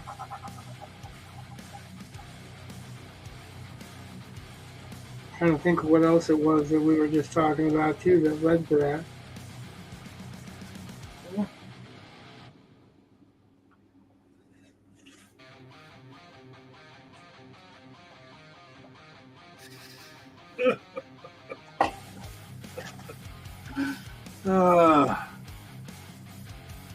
You finish your drawings the way Midwesterners say goodbye. Well, this isn't really a drawing, and I'm just noodling around for the last couple of minutes. I know, I just find it funny. It's not even. I wouldn't consider this a drawing because it's not finished at all. It's just the way. All right, I'm done. After this, Well, as far as I'm done. the concept goes, the concept's done. I'm just noodling around on the shadows. I know. I think you should know better by now that anytime someone's any kind of an artist, they're gonna look at stuff and then tinker. Oh, I know. I know. I understand. I think that's actually part of the prerequisite of being an artist. You must tinker. I just thought it was a good observation.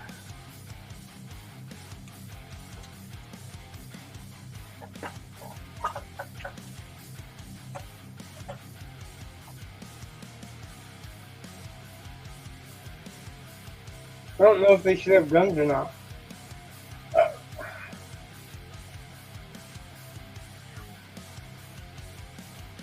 Given what we were talking about. Yeah.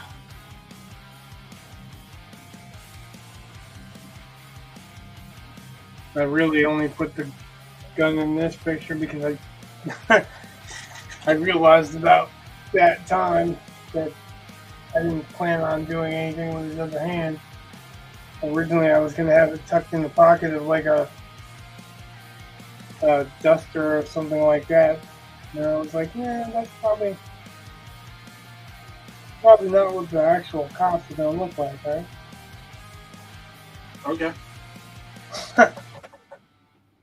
Well, he's a detective, so he could look different, but Right.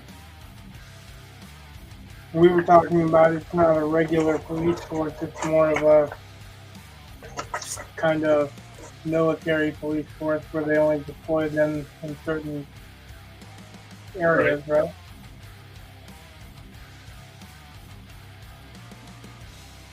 Yeah, I'll have to think about the gun thing. And that's why I was thinking about just having an insignia on there. You know, it's like a not quite a badge, but basically saying this is higher up than this guy.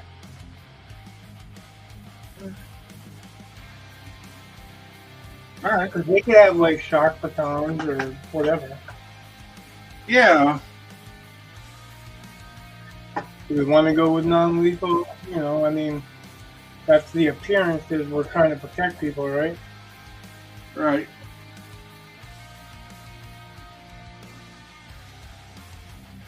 I don't know. I will think about that, and I will put it on Slack for you.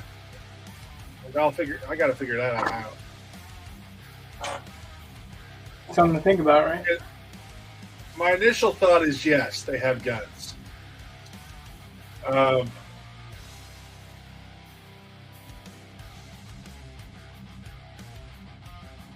That's my initial answer, but I think I'd like some time to think about it first. What all that would mean? It's a small thing, like I said, it could be issued from. Well, it is as far as the artwork goes. Oh. Like what I'm talking about is what I've done here. I could just as easy take this out and put a baton in his hand or whatever. Okay. I think I can put a baton in his hand, and All right. it could be different kinds of weapons. Like I've read futuristic cop stories where they use wands, and it's not magic wands; they're just wands that shoot whatever. I imagine it's supposed to be like an extendable baton, except for it has a projectile. I don't think that would be very efficient because you'd probably get one shot before you had to reload. Right. I don't think that would work if you're surrounded by a criminal element. Probably not. At least not in my mind, it wouldn't.